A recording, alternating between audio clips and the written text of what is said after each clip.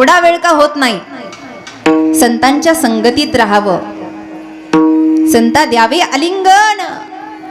पण हे आलिंगन देत असताना, संत सानिध्यात राहत असताना स्वतःला फार शाण समजू नाही बरं.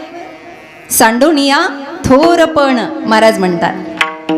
कारण मी मोठा आहे अशी जर संभावना झाली तर ना संतांची कृपा होते ना संतांचा शक्तिपात होतो. पैठणला येऊन सुद्धा काही उपयोग होत नाही बरं. तुमचे सर्वांचे चेहरे सुकले आहेत, चालून चालून थकलात. आम्ही तरी एसी गाडीमध्ये बसून आलोय, पण जर पंखा असता तर लई झोप लागली असती. सांडोनिया थोरपण म्हणतात नाथ महाराज. इथे आलो, पण इथे आल्यावरही जर मीपणा संपला नाही, मी कुण्या एका गुरुची आराधना करतो, संताची पूजा करतो, असा जर मीपणाचा अध्यास मनामध्ये राहिला तर त्याचा काही उपयोग होत नाही. महाराज म्हणतात स्वतःला मोठं म्हणून घेण्यामध्ये काय गंमत आहे. अरे ज्याची सेवा देव करतो, अंगे देव करी सेवा.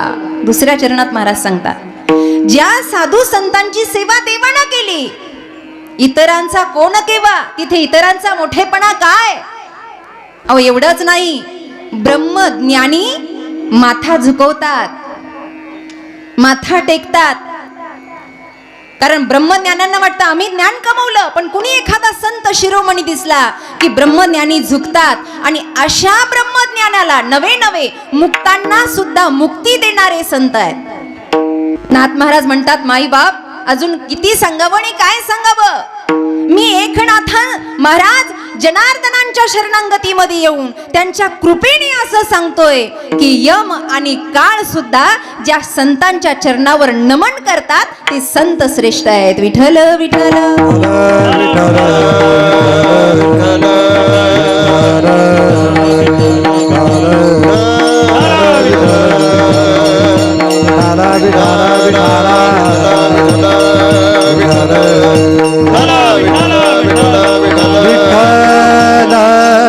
सेवेला प्रारंभ करण्यापूर्वी देण्याचा परिहार असा की आपण संतांच्या पावन नगरीमध्ये आहोत सर्वच जण आपण.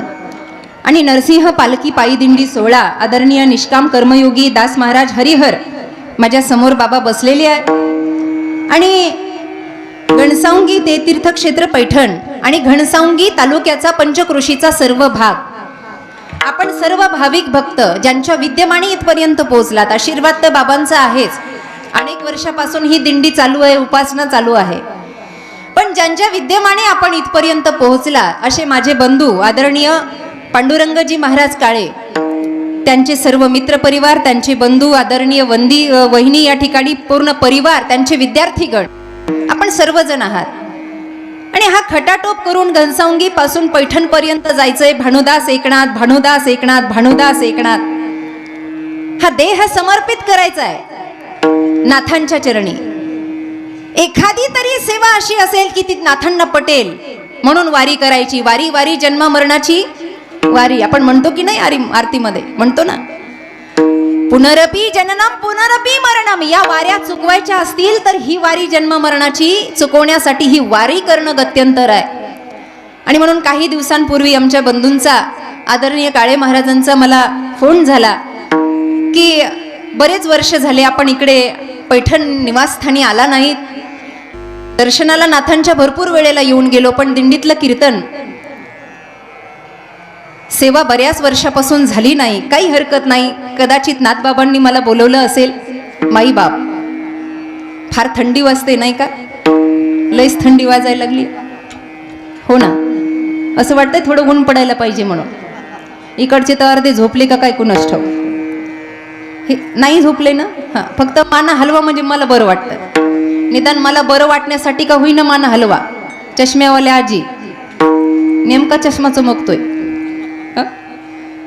माई बाप आनंद वाटला की पंचक्रोशीतली माझी जन्मभूमीची सर्व मंडळी, आपण आपल्या सर्वांचं आईबापाच्या स्वरूपात मला दर्शन झालं. या व्यासपीठावर उभा राहण्याची पात्रता माझी आहे किंवा नाही मला माहिती नाही. नाथबाबांच्या अभंगावर बोलण्या इतपत ज्ञानही माझ्याकडे आहे किंवा नाही मला माहिती नाही. पण तरी स्वामी सागरानंद बाबा परंबा भगवती यांच्या आशीर्वादानं जे व्यासपीठ लाभलं त्यावर उभा राहून जास्तीत जास्त अभंग सोडवण्याचा प्रयत्न करेल. विठ्ठल विठ्ठल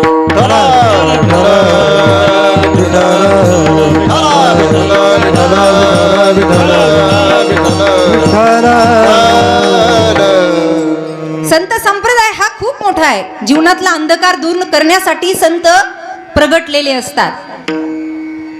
संतांचा उदय झालेला असतो. आई जसं आपल्या बोटाला धरून आपल्याला मार्ग दाखवत असते. आई बापाच्या म्हणण्यानुसार आपण जसा मार्गक्रमण करत असतो ना, तसं भवसागरातल्या या सिंधूतून तरुण जाण्यासाठी कोणत्या तरी एका नावेत बसावं लागतं.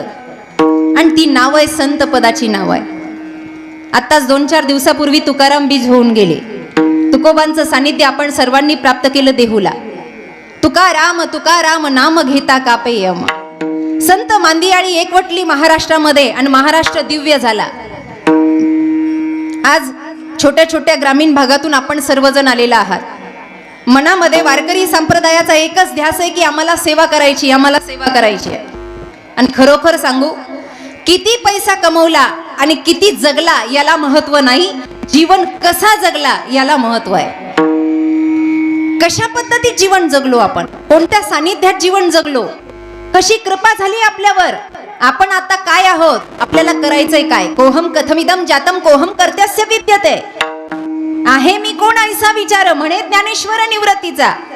ही आठवण करून देण्यासाठी संत मांदियाळी आहे. आणि आपण काहीतरी पुण्य केलंय म्हणून आज या सुकाळामध्ये संताच्या गावाला आपण आलोय. या संताच्या गावात आपण आलोय. हा आनंद आपण लुटतोय. संतांची गावी, संतांची गावी प्रेमाचा सुकाळ. संतांची गावी प्रेमाचा सुकाळ. संतांची गावी प्रेमाचा सुकाळ. संतांची गावी प्रेमाचा सुकाळ. संतांची गावी प्रेमाचा सुकाळ. संतांची गावी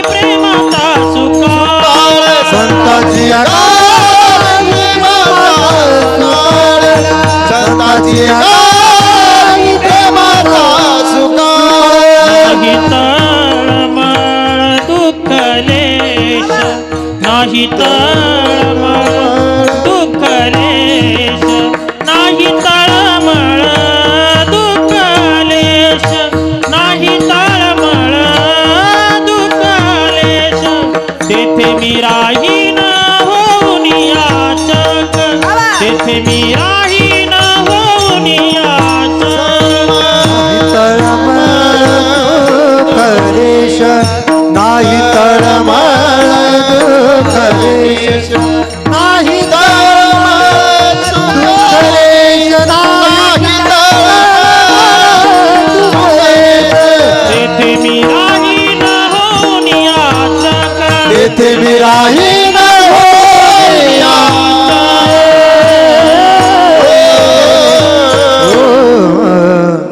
संतांची गावी प्रेमाचा, कशाचा सुकाळ आहे, गरमीचा का उन्हाचा? प्रेमाचा आहे ना. प्रेम आहे म्हणून आपण उन्हात आणत फिरतो की नाही? फिरतो ना, फिरतो का नाही? मी म्हणलं ना माना हलवा म्हणून. पुरुष मंडळ फिरतो की नाही? प्रेमासाठीच फिरतो ना. हा, हे प्रेम आहे साधू संतांचं. इथं आल्यानंतर आमच्या मनातले विषय दूर जातात. थोडा सानिध्य आहे पण गोड आहे. विठ्ठल विठ्ठल विठ्ठल विठ्ठल विठ्ठल विठ्ठल विठ्ठल विठ्ठल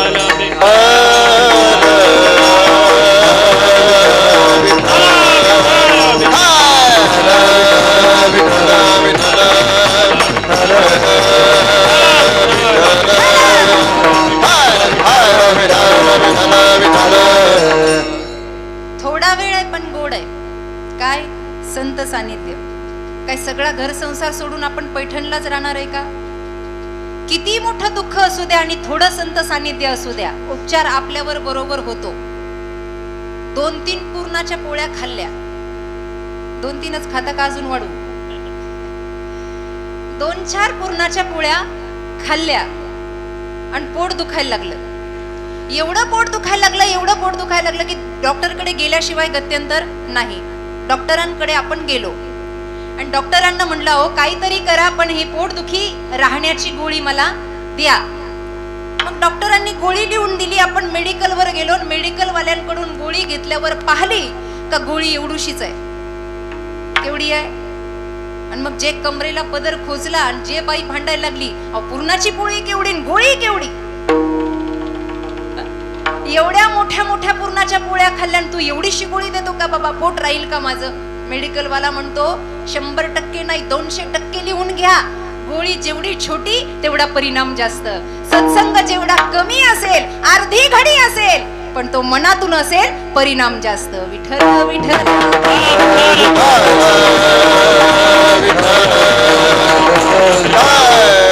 माणसाचा संशय कसा आहे बघा ना, माणसाचा संशय काहीही खा, काही तर बकरीच्याच पोटी जन्माला आल्यासारखे करते. हे खा ते खा ते खा, सारा दिवस खाण्यात जातो, भेव वाटत नाही. आणि डॉक्टरनी गोळी दिली का आपण डॉक्टरला विचारतो हिनं काही होणार तर नाही ना. म्हणजे दिवसभर जे खाल्लं तिनं काही होणार नाही, आणि जी गोळी विश्वासानं दिली तिने काही होणार तर नाही ना. चांगल्या गोष्टीवर संशय घेण्याची आपली सवय आहे. महाराज म्हणतात एका ठिकाणी जर विश्वास ठेवला तर जीवन सफल होतं. कोणतं ठिकाण आहे? संतांची आहे बाई. संतांची झालो त्याचा, सर्व भावे दास झालो त्याचा. हो, सर्व भावे दास झालो त्याचा, सर्व भावे दास झालो त्याचा. सर्व भावदास झालो त्याचा, सर्व भावदास झालो त्याचा. हो, सर्व भावदास झालो त्याचा, सर्व भावदास झालो त्याचा.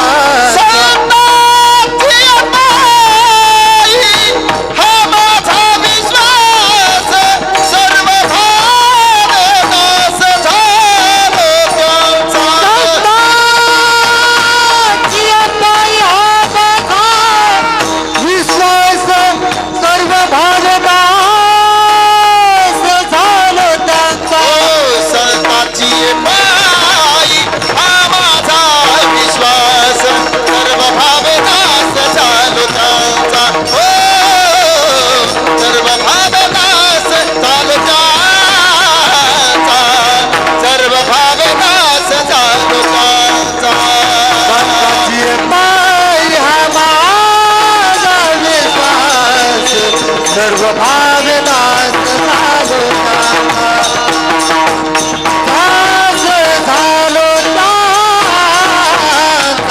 सर्व भावदास झालो त्याचा. एकदा विश्वास ठेवून बघा ना हो. संतांची पायी हा माझा विश्वास, सर्व भावे दास झालो त्यांचा, तेची माझे हित. एवढा विश्वास पाहिजे. त्यांच्याशिवाय माझं हित कोणी करू शकणार? तेची माझे हित करीतीस. म्हणून तर नाथांची वारी चालू आहे बाबा. आणि संतांचं येणं जाणं आपल्यासाठीच आहे, बाकी काही कारण नाही आहे. आपल्यासाठी संत आले म्हणून आपण तरलो. नाथ बाबा आले, शांती ब्रह्म एकनाथ महाराज आले, वैराग्य मूर्ती तुकोबराय, महावैष्णव माऊली ज्ञानोबराय, विश्वसंत नामदेवराय, संताजी महाराज जगनाडे, चोखोबाराय, नरहरी महाराज, ही संत मांदियाळी आली, पण त्यांचा उपयोग आपल्याला करून घेता आला नाही. आपली झोळी फाटकी. देव बसला द्यायला, आहे की नाही? काय म्हणतात?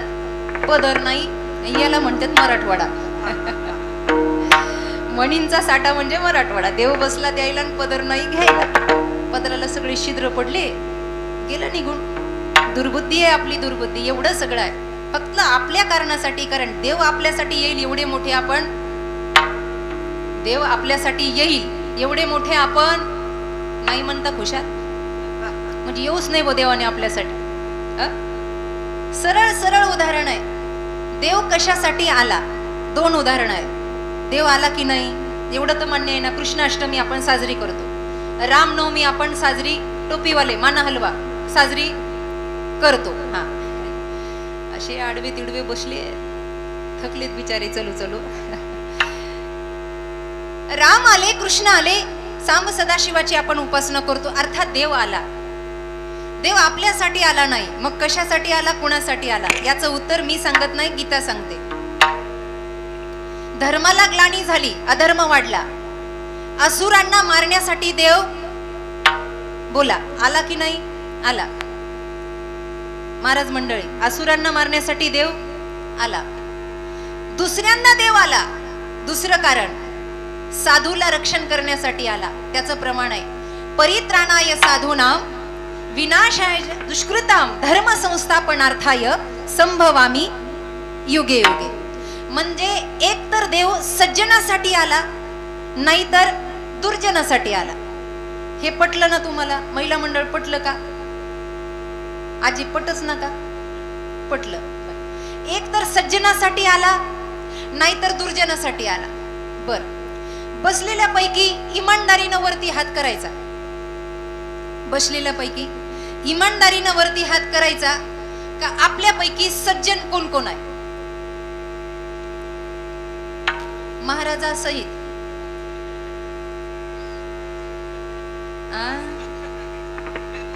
अगं बाई, सज्जन कोण कोण आहे बाई? औषधाला बी नाही ना माई, अगदी सज्जन नाही. बर, दुर्जन कोण कोण आहे? वरती हात करा. नाही, एक दोन जणी आल्या, थांबा थांबा. मी सज्जन आहे असा म्हणणारा सगळ्यात मोठा दुर्जन आहे, कळतं का? म्हणून सज्जन मी आहे वर हात केलं नाही, बरं झालं, वाचले तुम्ही. बर, आपण सज्जनही नाही आणि आपण दुर्जनही नाही. देव एकतर येतो सज्जनासाठी, नाही तर येतो दुर्जनासाठी. आपण सज्जनही नाही, आपण दुर्जनही नाही, मग आपण कोण? धोबी का कुत्ता घर का न? मग आपल्यासाठी आहे कोण? आपल्यासाठी संत माई बाबा. जगाच्या कल्याण संतांच्या विभूती, देह कष्ट भीती परोपकारी, देह कष्ट भीती परोपकारी, भीती परोपकारी. जगाच्या कल्याण संतांच्या विभूती, देह कष्ट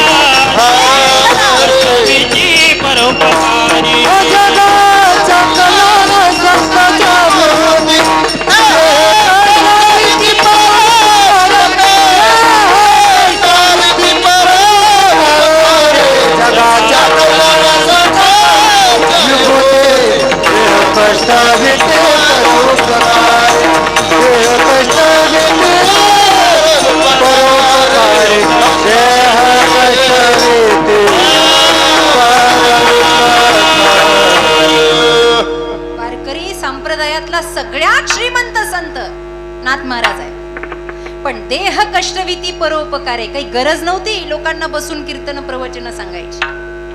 आज एवढं मोठं वाङ्मय नाथबाबांचं आहे, सगळ्या विषयांवर वाङ्मय रचलेलं आहे, सगळ्या वारावरचे अभंग आहे, सगळ्या विषयांवरचे अभंग आहे. आंधळा गायला, पांगळा गायला, मुका गायला, बहिरा गायला, जोगी गायला, जंगम गायला. एवढंच नाही, त्रिगुणात्मिका माया आली कोल्हाटी नाचया.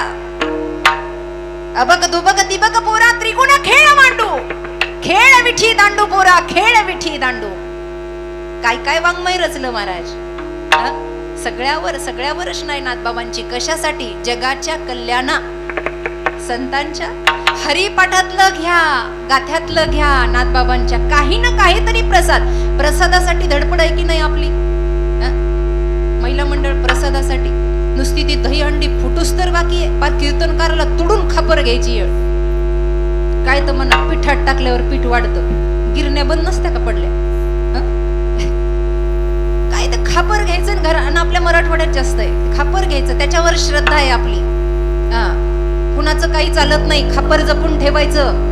पोराला दृष्ट लागली की खापर उतरून टाकायचं. त्या दहीहंडीच्या कृष्ण काल्यामध्ये फार आपल्याला फार मोठी ताकद. प्रसाद आवडतो ना आपल्याला, प्रसाद आवडतो की नाही? म्हणून 7 ते 9 कीर्तन असलं की 8:30च्या पुढे गर्दी व्हायला लागती. प्रसाद पाहे प्रसादाची. बाकी काही कीर्तनकाराचं ऐकायला भेटू का नाही, पहिले खायला भेटलं पाहिजे. नाथांच्या ठिकाणी आलोय ना, निदान हरिपाठाचा, गाथ्याचा, निदान भावार्थ रामायणाचा तरी प्रसाद घेऊन जाऊ. जाता जाता घरी काहीतरी प्रसाद घरी घेऊन जाऊ. कारण पाहे प्रसादाची वाट. जन्मोजन्मात अनेक यातना भोगल्या, पण काहीतरी कमवलं म्हणून या संत भूमीत आलो. नाथांचं चरित्र फार मोठं आहे. आता कीर्तन ऐकत ऐकतच तुम्ही आलात, उद्याही तुम्हाला तेच ऐकायचंय. काय सांगावं नाथांबद्दल? देवाची एवढी आराधना करावी की देवानच येऊन पाणी भरावं. काय किमया आहे? देवपूजेला बसावं आणि ज्याला चंदन लावायचं, चंदन लावतात ना काही काही, चंदन लावायचे 2 प्रकार आहेत. एक देवाला लावता, हसले म्हणजे फसले, चंदन घासून लावायचंय. पण ज्याला चंदन लावायचंय तो चंदन उगाळून देतोय. श्रीखंड्या चंदन उगळ निकरी, श्रीखंड्या चंदन उगळ निकरी,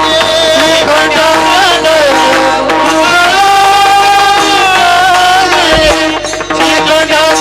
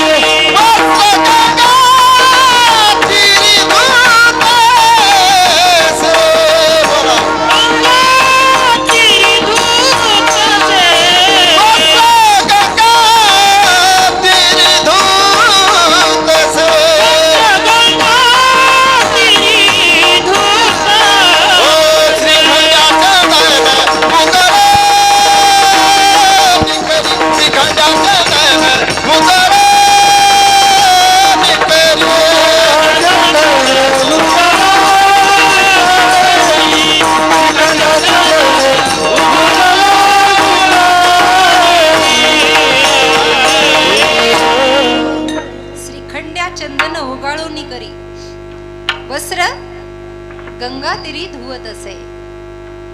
एवढी सेवा करायची, एवढी सेवा करायची. देव झुकलाव, पण थोडा सुद्धा अभिमान नव्हता. लोकांना म्हणायचे या या या या, कीर्तन ऐका, प्रवचन ऐका आणि आमच्याकडून धान्य घेऊन जा. आता असा कीर्तनकार पाहिजे होता. लोकांनी तर तारखाच खाली ठेवल्या नसत्या. भेटतय म्हणतात, पाकिट भेटतात. एवढा श्रीमंत, एवढा श्रीमंत. भक्तीच्या बळाची श्रीमंती आहे, आर्थिकतेनं श्रीमंती आहे. स्वतःच्या मुलाला स्वतःच्या बापाचा स्वभाव पटला नाही. काय तर म्हणे हरिजनाचं लेकरू मांडीवर घेतलं. एवढं ज्ञान काय कामाचं? ज्ञानी माणसानं असं वागू नये म्हणून हरिपंडित निघून गेला राग राग. पण संसार मोहामध्ये नाथ कधी फसलेच नाही ना, त्यांच्यावर नाही परिणाम झाला. ते म्हणले एक मुलगा रुसून गेला, माझ्यावर काय फरक पडणार आहे? जगातल्या बाकीच्या लेकरांना मला सांभाळायचंय ना बाबा. किती परीक्षा झाली, किती परीक्षा झाली. मराठवाडा असा आहे की इथे संत चरित्र कुणाला माहित नाही असा एकही व्यक्ती नाही. पण तरी सुद्धा कदाचित माझ्या वाणीला पवित्र करण्यासाठी मी सांगत असेल, माहित नाही मला. जेवढे महाराज शांत होते तेवढ्या शांती सरिता आईसाहेब होता गिरजादेवी, तेवढ्याच होत्या. एक चरित्रातला एक प्रसंग तुम्हाला माहिती असेल. लोकांना वाटलं महाराज चिडत नाहीयेत, शांत बसतात. काही केलं, यवन अंगावर थुंकला, नाही चिडले. तेवढ्या वेळेला पुन्हा स्नान करून आले. काय काय केलं? रामेश्वराला निघाले तर एका पशुला जल पाजून त्याच्यामध्ये रामेश्वराचं दर्शन केलं. अहो या बाबाला काही केलं तर याचं काही वाकडच होत नाही. लोक म्हणतात धर्म मार्तंड. मग काहीने विचार केला. एक व्यक्ती गावामध्ये अनायासे आला आणि त्यानं सांगितलं सगळं आहे पण पोरीच्या लग्नाला 200 मोहरा कमी पडतात. 200 मोहरा लोभ दिला की लोक काहीही करायला बसतात. 200 मोहरा कमी पडतात. मग साधू संतांची जे असंत होते त्यांची मांदियाळी जमा झाली, एकत्र झाली. ते म्हणले एक काम करता का? काय? आमचं एक काम केलं तर आम्ही हशी खुशी तुम्हाला देऊन टाकू पैसे, त्या मोहरा देऊन टाकू. काय करायचंय? नाथ महाराजांना राग येईल असं काहीतरी करा. चरित्र आपल्या सर्वांना माहिती असेल. नाथ महाराजांना राग येईल असं काहीतरी करा. काय करायचं? त्या ब्राह्मणानं विचार केला. आतापर्यंत सगळं करून पाहिलं, राग आला नाही. पण जगातला असा कोणताच माणूस नाही का त्याच्या बायकोची छेड काढल्यावर त्याला राग येणार नाही. असा माणूस आहे का? तुम्हाला येतो का राग? हे 4-5 पुरुष मंडळ, आपल्या बायकोला जर कुणी काही म्हणलं राग येईल का नाही येणार? काहीच बोलनात पांडुरंग महाराज. हे मुख खाऊन बसले का काय कोणास ठाऊक. राग येईल ना बाबा? येईल. ब्राह्मणाने तोच विचार केला. महाराज आतमध्ये पूजा करतायत. शांती सरिता गिरिजा देवी अंगण झाडायला आल्या आणि झाडता झाडता सकाळची पहाटेची वेळ आहे. यानं विचार केला छेड काढायची तर कशी काढायची. जसा धावत गेला तसाच आईसाहेबांच्या पाठीवर बसला. पाठीवर बसला. महाराज सूर्याला अर्घ देण्यासाठी, तुळशीला पाणी घालण्यासाठी देवपूजेचं पाणी घेऊन जेव्हा बाहेर आले, आईसाहेबांच्या पाठीवर बसलंय आणि आईसाहेब तसंच अंगण झाडतायत. आपल्याकडची एखादी बाईनं काय केलं असतं विचार करा. सांगायची गरज? त्याच्या सगळ्या कुळाचा शिव्या देऊनच उद्धार केला असता. शिव्या अशा क्वालिटीच्या आहे की ते ऐकूनच बेशुद्ध पडलं असतं. मारायची गरज नाही. एवढं सगळं चालू असताना महाराज बाहेर आले आणि महाराजांनी पाहिलं आणि मग महाराज काय म्हणतात ऐका. गिरजे जरा सावकाश झाड बरं, लेकरू पाठीवर बसलंय. तेवढ्याच तुला मुलाचं उत्तर दिलं, काळजी करू नका हो, मला लेकरं सांभाळायची सवय आहे, काळजी करू नका. आणि हे ऐकल्याबरोबर जो पाठीवर बसला त्याच्या डोळ्यात धारा लागल्या. अजून काय करावं यांना राग येण्यासाठी? काही करू शकत नाही. शांती ब्रह्म आहे. एकदा नाही दोनदा स्वतःचा मृत्यू टाळला. स्वसामर्थ्य मोठं आहे. हे मी त्यांचं सांगते ज्यांच्या भूमीमध्ये आता आपण आहोत. जीवनाचा एक क्षण सुद्धा त्यांचा व्यर्थ गेलेला नाही. संपूर्ण जीवन समर्पित करून टाकलेलं आहे. अरे हरिविना एखादा क्षण वाया जातो म्हणजे काय? चोखा महाराजांची पत्नी सोयराबाई यांचा फार सुंदर अभंग आहे बघा.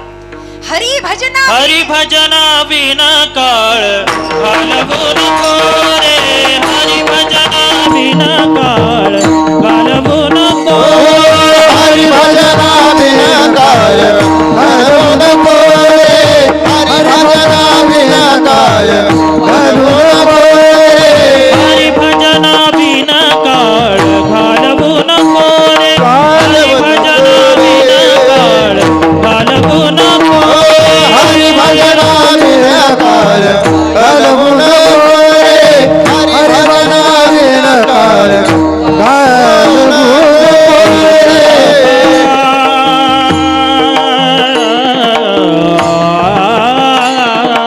दोरीच्या सापा भिवून भावा, दोरीच्या सापा भिवून भावा. भेटी नाही जीवा शिवा, भेटी नाही जीवा शिवा. अंतरीचा ज्ञान दिवा मालवू नको. अंतरीचा ज्ञान दिवा मालवू नको. मालवू मालवू नको रे. मालवू नको रे. हरिभजना विना काळ घालवू नको रे. हरिभजना विना काळ घालवू नको. हरिभजना विना काळ घालवू नको. हरिभजना विना काळ घालवू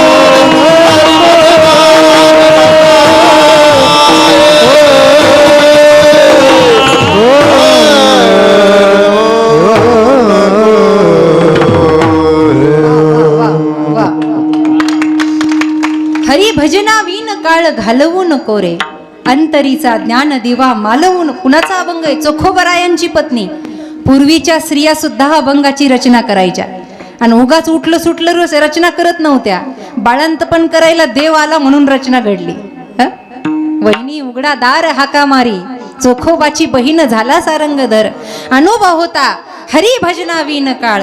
संत एक क्षण सुद्धा आपला हरिभजनाविन काढत नाहीये, एक क्षण सुद्धा. म्हणून आपल्या जीवनातला सुद्धा काळ गेला नाही पाहिजे.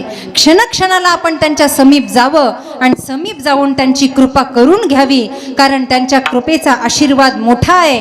पण ती कृपा करून घेत असताना आपण मात्र शून्य झालं पाहिजे. अभंगाचं प्रथम चरण. संत द्यावे आलिंगन, संत द्यावे आलिंगन, संत द्यावे आलिंगन, संत द्यावे आलिंगन.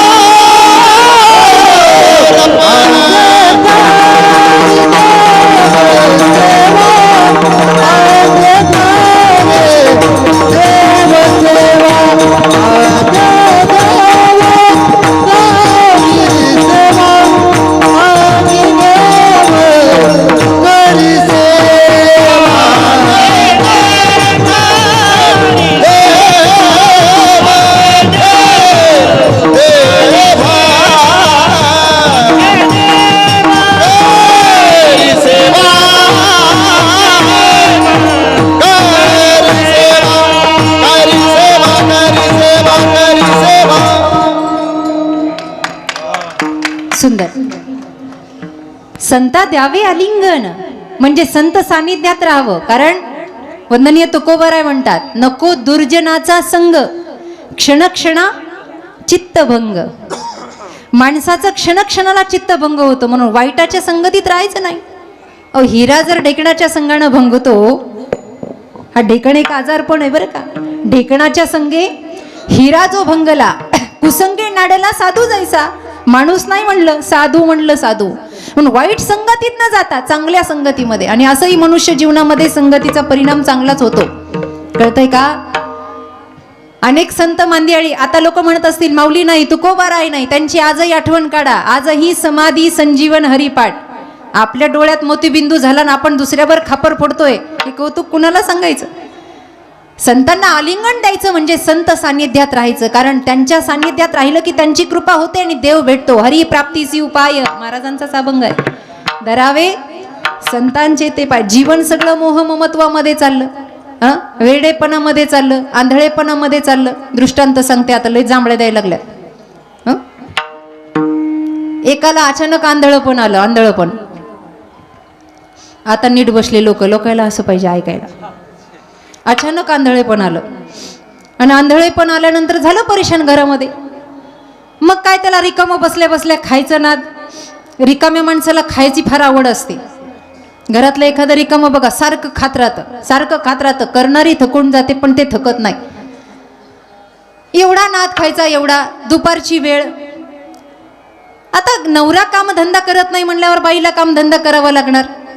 तिनं आपलं सकाळी जायचं, दुपारी यायचं, भाकरी तुकडा खायचा, पुन्हा कामाला जायचं, पुन्हा संध्याकाळी यायचं. हे आपलं घरात बसल्या बसल्या नुसतं खात बसायचं. 5-7 भाकरी टाकल्या, सकाळी कामाला गेली न्यारी करून, आणि दुपारी जेव्हा आले भाकरीचं टोपलं उघडलं तर पाहिलं त्याच्यामध्ये काहीच नाही.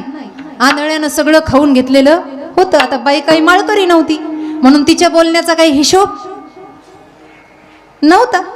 तोंडाला येईन ती बोलायला लागली आणि उभ्या उभ्याच तिनं कंबरड्यात 2-3 लाथा. असं होतं का कधी घरी? नाही, ही गुपित गोष्ट आहे म्हणा. 2-3 लाथा मारल्या आणि राग ती त्याला म्हणली, चल उठ, किती दिवस मला त्रास देतो, जा की आळंदीला. काय म्हणली? जा की आळंदीला. हे एवढं वैतागलं, म्हणला एवढ्या लाथा मारल्या, एक तर मला दिसत नाही, आणि जाकी म्हणते आळंदीला. जसे कपडे हातामध्ये येतील तसे त्यानं बोचकं घेतलं आणि भिंतीचा आधार घेत घेत घराच्या बाहेर पडलं आणि लागलं प्रवास करायला. आता गावात कुणाला रस्ता विचारला की गावातले हेच म्हणायचे, तुला काही काम नाही, चल नीट, आळंदीला जायचं सांगितलं, चल निघ आळंदीला. एवढा राग आला का म्हणला मरण पण आळंदीहून परत येणार नाही. निघाला महाराज आळंदीच्या रस्त्यानं. प्रवास करत करत करत चालला. किरकिड्याचा आवाज यायला लागला. त्यानं ओळखून घेतलं की रात्र झाली. आजूबाजूला आवाज देऊन बघितला, कोणी प्रतिउत्तर देत नाही. हा म्हणला रात्र झाली आहे, पायही दुखतायत, असं करू, रात्रीचं कुठंतरी थांबू, मुक्काम करू आणि सकाळी उठून पुन्हा आळंदीचा रस्ता विचारून जाऊ. पण ते आंधळ, एवढं करामती, राहायचं मुक्कामाला कुठं? तो म्हणला आपल्याला दिसत नाही, आणि कुठेही झोपलं आणि आजूबाजूला किडूक मिडूक आलं. किडूक मिडूक म्हणजे महादेवाच्या, ते लय आवडतं तुम्हाला, मला माहिती ना. कीर्तन झाल्यावर जर निघलं तर बाया म्हणतात मज वाटे त्याशी अलिंगन द्यावे. ते महादेवाच्या गळ्यातलं जर आलं इकडून तिकडून तर आपली पंचायत व्हायची. मग काय करायचं? तो म्हणला एखादं झाड पाहू झोपायला. आणि मग ते आंधळ इकडं तिकडं असं फिरायला लागलं. फिरता फिरता त्याच्या डोक्याला वडाच्या पारंब्या लागल्या, आणि जशा वडाच्या पारंब्या लागल्या त्यानं असं झटका देऊन पाहिलं, त्या पारंब्या अशा पक्क्या होत्या. ते चढून वरती बसलं, त्या झाडावर बसलं, आणि बसल्या बसल्या घरचं खाल्लेलं होतं. झोपीच्या डुलक्या यायला लागल्या. एक झाली की एक, दुसरी झाली की तिसरी, झाली की चौथी. आता झोपीचे 5-7 प्रकार आहे. तुम्हाला किती माहिती आहे ते मला माहित नाही, मला 2-3 माहिती आहे तेवढे सांगून जाते. कुणाकुणाची झोप कशी कशी असते. कीर्तनात तसंच झोपता काही काय, म्हणून सावध बसत जा. काही लोकांची झोप तोंडवाशी झोप असते. तोंडवाशी म्हणजे अख्खी माशी तोंडात येऊन बाहेर जाते, तरी याला कळत नाही. ही तोंडवाशी. आताही कोपऱ्यात झोपलेत 4-5 जण दिसतेत मला, पण उठू नका विठ्ठल जय जय पर्यंत, उगा डिस्टर्ब कशाला कोणाला. तोंडवाशी झोप. दुसरी झोप आहे चक्री झोप. कशी म्हणजे इथं जर झोपलं तर त्या टँकर पर्यंत जाईन झोपीमध्ये, त्याला म्हणते चक्री झोप. काहींची झोप अशी आहे की झोपलेला आहे पण डोळे उघडेच आहेत, मेलं का जाग आहे हेच कळत नाही. काही जणांची झोप गाढवी झोप आहे, झोपीत लाथा मारतं. तुमचं कसं आहे? लाथा मारतं. हे त्या झाडावर झोपलं आणि झोपल्या झोपल्या डुलक्या यायला लागल्या. डुलक्या घेत घेत घेत याची झोप रंगत चालली. 4-5 गावाला लुटून काही सज्जन झाडाखाली आले होते. कोण? चोर. वाटणी चालू होती, याचा एवढा भाग, त्याचा तेवढा भाग, त्याचा तेवढा भाग. असं करता करता याला जशी डुलकी आली ते वरून धपकन सगळ्याच्या मध्ये पडलं, आणि मध्यरात्री असं कोणीतरी पडलं म्हणून भूत भूत भूत म्हणून सगळे पळून गेले. हे वरून पडलं याचं दुःख याला नव्हतं, हे ज्याच्यावर पडलं त्याचा आनंद त्याला होता. वरून पडल्याचं दुःख नाही. पडलं कशावर? सोन्या चांदीच्या दागिन्यावर. यानं जसे जमा करता येतील ते केले. शर्ट घेतला आणि त्याच्यात गाठोडं बांधलं, आणि गाठोडं बांधल्यावर विचार करायला लागला. याला जायचं कुठं होतं? जरा मोठ्याने बोला, ऐकू येत नाही मला. हा, मग आता त्यानं कुठं जायला पाहिजे? मनात घर आहे पण तोंडावर आळंदी आहे. लय आगाव आहे तुम्ही, मला माहिती आहे ना. आता कसं आळंदीला जाईन? ते घाटावर काय दागिने वाटायला जाईन का? आता आळंदीला नाही, आता घरी निघालं घरी, आणि मुक्काम करत घराकडे गेलं. दारावर थाप टाकली, उघड उघड म्हणल्यावर तिनं आतून आवाज झाला. आलं म्हणली नशिबाला पुन्हा. काय म्हणली? तो म्हणला, अगं देवानं आपल्या नशिबाचं दार उघडलंय, तू आपलं उघड, आपलं उघड. तिनं दार उघडलं आणि उघडल्याबरोबर अगं म्हणली, जाताना तर वेगळं होतं, हातात वेगळं आहे हातामध्ये. अहो म्हणले, काय तुमच्या हातात? त्यानं सांगितलं, मला तर डोळ्यानं आस्वाद घेता येत नाही, तू तरी बघ हे काय येतं. तिनं जेव्हा ते गाठोडं उघडलं आणि त्या उघडलेल्या गाठोड्यातलं जे पाहिलं, ते पाहिल्या बरोबर पप्याची माय म्हणली, चहा करू का गावरान तुपातला शिरा करू? तो म्हणला, तू 2-2, 3-3 लाथा मारल्या तर एवढं भेटलं, 4-4 मारल्यावर किती भेटन? विठ्ठल विठ्ठल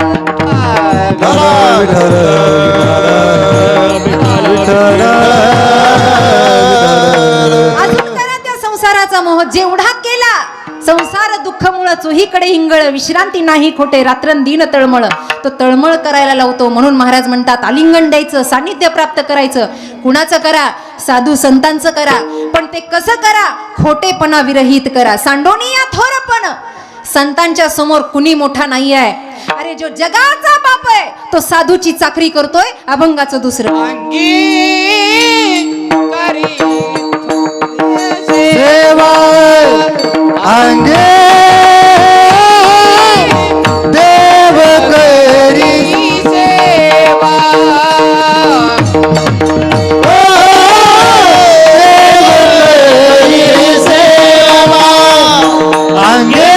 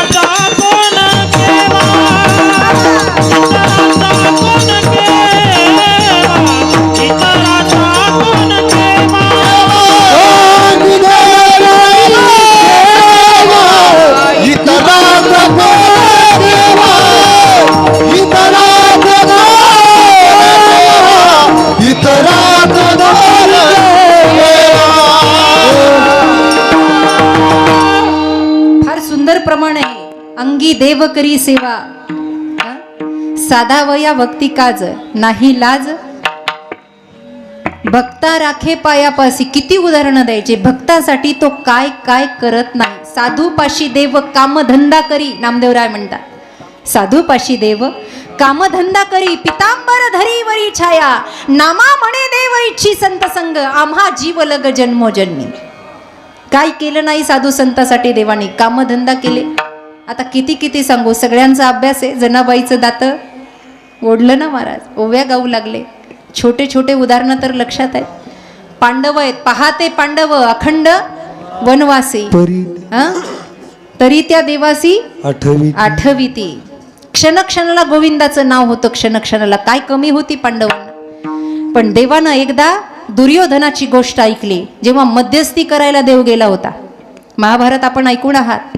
मध्यस्थी करायला देव गेला आणि शहाणपणानं शकुनी मामाचं ऐकून दुर्योधन म्हणला होता, काय नाही नाही, तुम्ही 5 गावं मागताना 5 गावं फक्त 5 मागितले होते, जास्त नको. पांडव म्हणले आमच्या 5 जणांचे 5 गावं द्या, युद्ध करायची गरज नाही. काय म्हणला होता दुर्योधन? अरे सुईच्या टोकावर बसेल एवढी जागा सुद्धा बिना युद्धाची देणार नाही. किती एकर बसतं सुईच्या टोकावर, किती गुंठे बसतात. भगवंतानं त्यावेळेला निश्चय केला, निर्वाणी गोविंदू असे मागे पुढे काहीच साकडे पडून दे. आणि संपूर्ण महाभारताचं युद्ध बघा, भगवंताने या संत हृदय पांडवांना कधीच कमी पडू दिलेलं नाही, कधीच कमी पडू. देव स्वतः काम करतो, देवाला त्याची काही लाज वाटत नाही, लाज बाळगत नाही. अंगे देव सेवा करी, करी सेवा, सेवा करतो सेवा. जेव्हा अर्जुन झोपलेले असायचे ना त्या कुरुक्षेत्राच्या भूमीवर, तेव्हा भगवंतानं विचारपूर्वक अर्जुनाकडे पाहावं, विचारावं, अर्जुना तू एवढा बिंदास्त कसा झोपतो रे, एवढा बिंदास्त तू कसा झोपतो. अर्जुनालाच देवानं सांगितलं होतं 9व्या अध्यायाचा 23वा श्लोक, अनन्यश्चिंतयन्तो मा ये जना पर्युपासते तेषां नित्यभियुक्तानां योगक्षेममा. अरे मी आहे ना देवा, मग तू आहेस ना, मग काळजी करायची गरज काय. शेवटचा एक प्रसंग आहे महाभारतातला, तुम्हाला सगळंच माहिती आहे पण सांगून जाते. शेवटचा एक प्रसंग, देवानं काय नाही केलं. साधू संतांची उदाहरणं तर माहीतच आहे आपल्याला. नरहरी महाराजांना सोनं घडवू लागला, सज्जन कसा या विकू लागे मास, संत साव त्याची खुडू लागे बाजी, उंच नीच काही नेनो भगवंत तिष्ठे भाव भक्ती देखोनिया. या अभंगात सगळ्या संतांचे उदाहरण आहे. पण आपण इतिहासाकडे जाऊ, पटेल तर मनामध्ये घेऊन जा. शेवटचा प्रसंग होता, शेवटचा. युद्ध संपलं, सगळं युद्ध संपलं. आणि युद्ध संपल्यानंतर विदुर काका म्हणले राहिलं काय आता. कुणाला? त्या आंधळ्याला, जे आतूनही आंधळ आहे बाहेरूनही आंधळ आहे. म्हणले आता राहिलं काय. काही नाही म्हणले, आता पांडुपुत्र गादीवर बसणार आहेत ना. म्हणले हो. मग राजगादीची तयारी झाली का, राज्याभिषेकाची तयारी झाली का. हो म्हणले झाली तयारी. बरं, माझी एक इच्छा आहे म्हणले. काय. मला फक्त भीमाला मिठी मारायची आहे. लक्षात आलं का. मला फक्त भीमाला मिठी मारायची आहे. आता हे ठरलं होतं दोघांमध्येच, भीमाला मिठी मारायची. पण ही गोष्ट भगवंताच्या कानावर गेली आणि भगवंत म्हणले असं होय. आता भीमाला त्यावेळेलाही भीमदादाला अभिमान आला. म्हणले बघा याला म्हणतात आपली वट. काही काही लोक उगाच कालर फडकत असतात ना, आपलं नाव तिथपर्यंत गेलं, त्याला काय माहिती सगळी जिरणार आहे पुढे चालून. भीमदादा म्हणले बघा 5 पांडवापैकी आपलंच नाव घेतलं का नाही. भीम आहे तर सगळं आहे म्हणले, भीम नाही तर काही नाही महाभारताच्या युद्धात. भगवंत म्हणले थोडा वेळ थांब, सगळी कसर उतरेल म्हणले तुझी, थांब. राज्याभिषेकाची तयारी झाली. धर्मराज युधिष्ठिराच्या डोळ्यात आनंदाचे अश्रू आले. बघा म्हणले काकाला शेवटी तरी आपले पुतणे कळाले. आता खरंच कळाले होते का काकाला, एवढा काका गुणी होता का. काकाला शेवटी का होईना पुतणे कळाले. काका म्हणला भेट घ्यायची, आलिंगन घ्यायचं. बघा म्हणले काय करायचं. भगवंतानं भीमाला सांगितलं, हे भीमा इकडे, फार घाई करू नको बरं, काकाला भेटायची. माझ्याकडं पाहिल्याशिवाय काकाला भेटायचं नाही. शेवटचा प्रसंग आहे, शेवटचा. वचन घेतलं होतं देवानं की या पांडवांचा केसही वाकडा करू देणार नाही, होऊ देणार नाही. आणि तेवढं सांभाळलं. अगदी भेटण्याचा क्षण सभागृह भरलेला आहे, राजदरबार भरलेला आहे. आणि असे धृतराष्ट्र समोरून यायला लागले आहे. कहा है मेरा भीम, कहा है मेरा भीम, भीम कहा हो तुम. असं म्हणत म्हणत हळूवारपणे पुढे आले. आणि भगवंतानं भीमाला इशारा केला, जा ना आता पुढं. भगवंत महाराज भीमदादा तयारीमध्येच. पण भगवंतानं एक युक्ती करून ठेवलेली होती. लोखंडाचा भीमाचा पुतळा तयार करून ठेवलेला होता, लोखंडाचा. धृतराष्ट्र आंधळे जरी असले तरी ताकद कमी नव्हती धृतराष्ट्रांमध्ये. ऐका, अगदी आता आलिंगनाची वेळ आली आणि जवळ आल्याबरोबर भगवंताने भीमाला ढकलवून दिलं. लोखंडाचा पुतळा जसा पुढे केला आणि जसं धृतराष्ट्राने आलिंगन केलं तसं लोखंडाच्या पुतळ्याचं पाणी पाणी झालं. हे पाहून भीम चक्कर येऊन पडला. म्हणलं या लोखंडाच्या पुतळ्याचं पाणी झालं, माझी तर वाफत झाली असते. म्हणलं बरं झालं म्हणलं मी. अगदी शेवटच्या क्षणाला संगे देव करी सेवा. एवढी सेवा या साधू संतांची भगवान परमात्मा करतो. आपण काय करतो. जगासोबत खेळतो, जगाच्या मांदियाळीमध्ये फिरतो. छोटे छोटे उदाहरणं असे आहेत की ते आपल्याला शहाणपणा शिकवत असतात. छोटे छोटे उदाहरणं, अगदी छोटे उदाहरणं. आपलं इथे काही खरं नाही, आपलं इथे कोणी नाही, हे शिकवतं की नाही. छोटे छोटे उदाहरणं.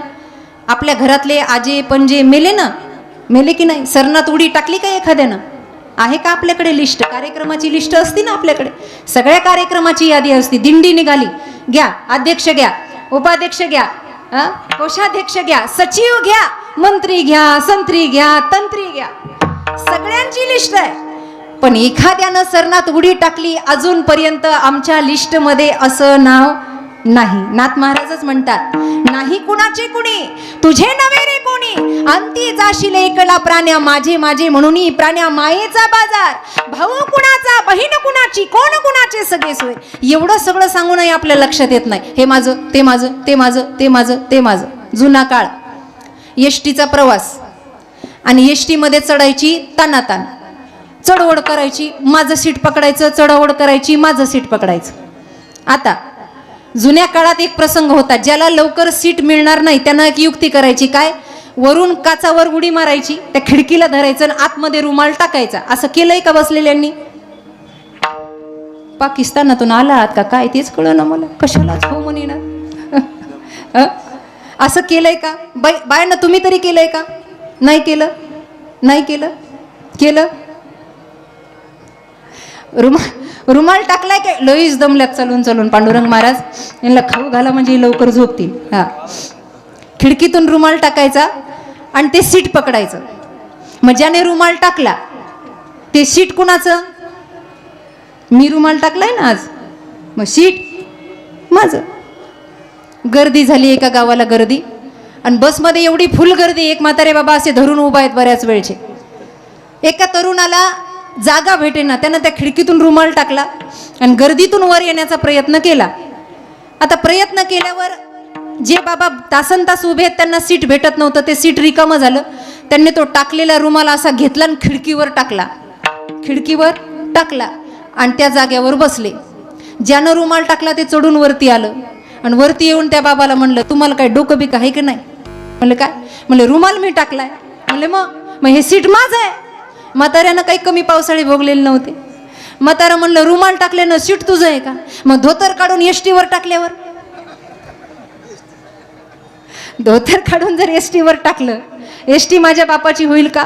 अनेक छोटे छोटे उदाहरणं आहेत की ते आपल्याला त्या मायामोहातून काढण्याचा प्रयत्न करतात, संतत्वाच्या जवळ नेण्याचा प्रयत्न करतात. नाथ महाराजांना हेच सांगायचंय अभंगाच्या 3ऱ्या चरणात.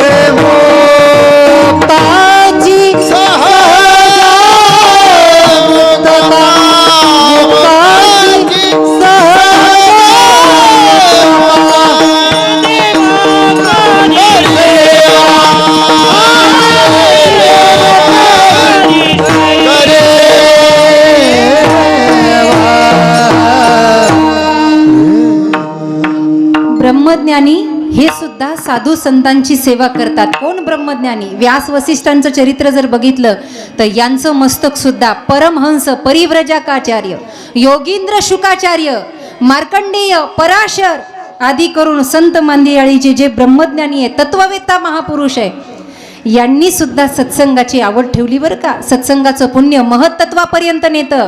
आणि मुक्तांना सुद्धा, बद्धांना सोडा, जे संसारात बद्ध झाले ना त्यांचा उद्धार होईल यात नवल नाही.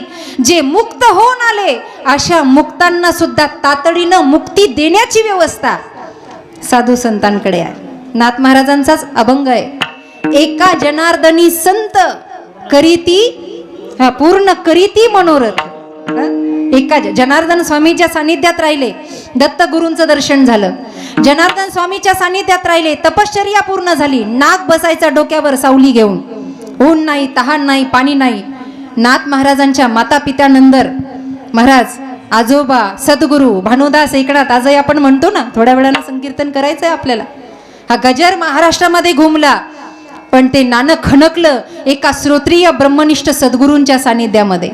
म्हणून मोठे मोठे ब्रह्मलीन जे आहेत ना, तत्ववेत्ता आहेत ना, महाज्ञानी आहे, हे सुद्धा साधू संतांची आवड ठेवतात. का ठेवतात? तर देव त्यांचं सहकार्य करतो, देव त्यांची सेवा करतो. कोणता देव? विठोबा रखुमाई.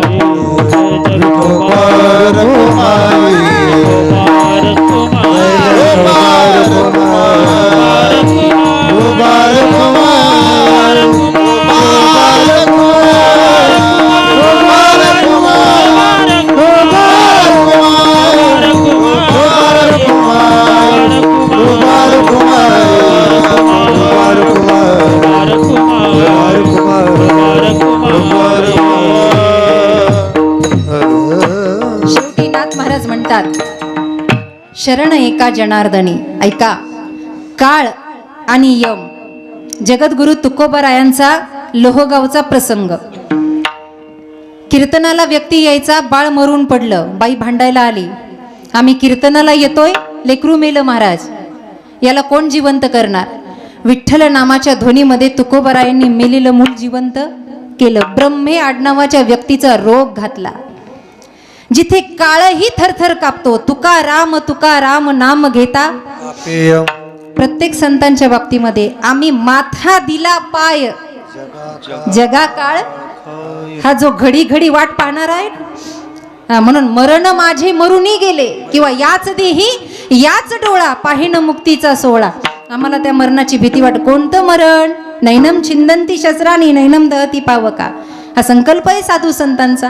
मारल्यानं मरत नाही, जळल्यानं जळत नाही, पाण्यात डुंबवल्यानं ते डुबत नाही. हा ध्येय, हा एक उत्पन्न निष्ठ हा मार्ग साधू संतांचा आहे. म्हणून त्यांच्या समोर काळही थकला, यमदूतही थकले, सगळ्यांनी माथा ठेवला. सगळ्यांनी या पवित्र भूमीमध्ये आपण आज सगळेजण स्थिरावलोय. गरमी नाही, ऊन नाही, तहान नाही, भुका लागल्यात, स्वयंपाक तयार झालाय, आणि खांदी भार पोटी भूक. आता काय कीर्तनाची आहे की नाही? पण एक कंटाळले जरी असाल तरी एकच सिद्धांत सांगायचा आणि मला सेवेला विराम द्यायचा आहे, फक्त एक. हा सिद्धांत काही कीर्तनाच्या अभंगाशी निगडीत नसेल, पण मला तुमच्यापर्यंत पोहोचवायचा आहे. कारण कोण कुठून कीर्तनाला येतो, कोण कीर्तन करतो, कोण कीर्तन ऐकतो, याला प्राधान्य नाही. कोणत्या जातीच्या महाराजांनी अभंग लिहिले याला प्राधान्य नाही. सध्या कलियुगामध्ये गरज कशाची आहे? थोडंसं मिळतंय पण चांगलं मिळतंय, तेही आपल्या पुण्याईनं. कलियुगाचं वर्णन करताना महाराजांनी सांगितलं, कीर्तनात बसल्यावर सुद्धा माणसाचं मन लागत नाही, याला तर कलियुग म्हणतात.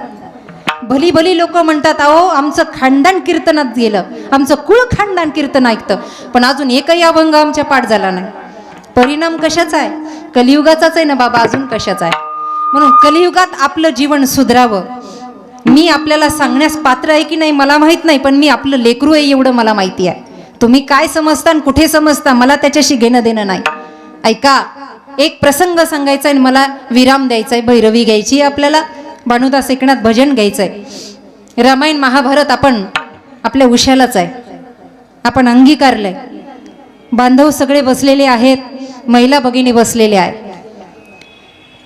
ऐका, कलियुगाच्या प्रवाहामध्ये आम्हाला रावण बनायचं की राम बनायचं? आम्हाला मंथरा बनायचंय, कैकई बनायचंय की आम्हाला कौसल्या बनायचंय? चांगलं घेण्यासारखं भरपूर आहे. थोडंसं सांगते, मनाला पटलं तर मनाच्या कुपीत पैठणवरून हा प्रसाद घरी घेऊन जा, आणि घरी घेऊन नुसतं जाऊ नका तर इतरांना द्या. आम्ही हे ऐकलंय. ऐका, रावण मरून पडला होता. रावण युद्धभूमीवर रावण मरून पडला होता. अभंगाशी निगडीत दृष्टांत नाही आहे, मला सिद्धांत द्यायचा आहे जाता जाता. संदेश समजा, बरेच कीर्तनकार आईबाप सांगतात, देश सांगतात, सैनिक सांगतात, असलं काही मला येत नाही म्हणून सांगते. रावण मरून पडला. आणि रावण मरून पडल्यानंतर थोड्या वेळामध्ये तिथे मंदोदरी आली. अध्यात्म रामायणामध्ये हा प्रसंग आहे. मंदोदरी आली आणि मंदोदरी रावणाला म्हणते, का हो पडलात? झालं समाधान? काय मिळालं तुम्हाला? मंदोदरी म्हणते, काय मिळालं तुम्हाला मला सांगा. शब्द फुटत नव्हता रावणाचा आणि रावण बघत होता.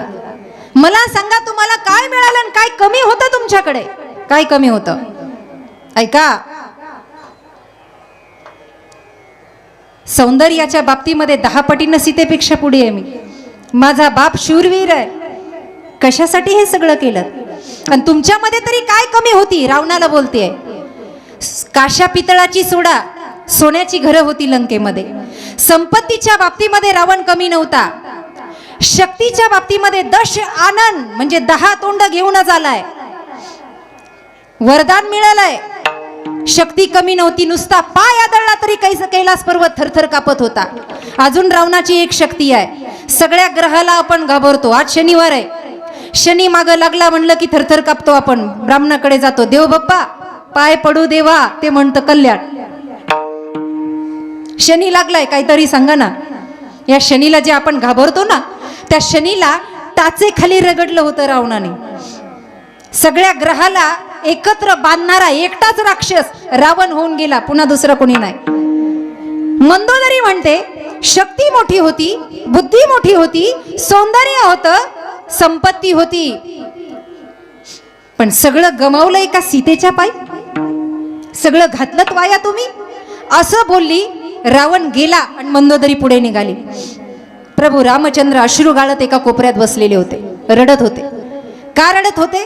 विजय मिळाला, पण माझ्या सीतेसाठी अनेक स्त्रियाच्या डोक्यावरचं कुंकू गेलं. अनेक स्त्रिया विधवा झाल्या.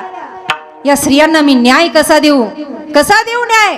डोळ्यातून अथांग पाणी गळत होतं आणि पाणी पुसण्यासाठी खांद्यावरचा रुमाल पितांबर मांडीवर ठेवलेला होता. अंग उघडं होतं. ऐका, हळूवारपणे मंदोदरी जवळ गेली आणि जवळ गेल्या गेल्या वानर सैनिकांनी रस्ता अडवला. थांबा, पुढे जाऊ नका, शत्रू पक्षाचे आहात. ती म्हणे माझं काम आहे, मला बोलायचंय, मला त्याला बघायचंय ज्याने माझ्या नवऱ्याला मारलंय, त्याला बघायचंय. असा आवाज ऐकला आणि चाहूल लागल्याबरोबर प्रभू रामचंद्रानं बघितलं आणि पटकन मांडीवरचा रुमाल काढला, झटकला आणि अंग झाकून घेतलं. अंग झाकून घेतलं. मंदोदरी जागेवर थांबल्या. प्रभू रामचंद्राने विचारलं, देवी कोण आहात? त्यांनी सांगितलं, मी तीच अभागी आहे जिच्या नवऱ्याला तुम्ही आत्ता मारलं. मग या ना पुढे. नाही म्हणली, आता पुढे यायची गरज नाही.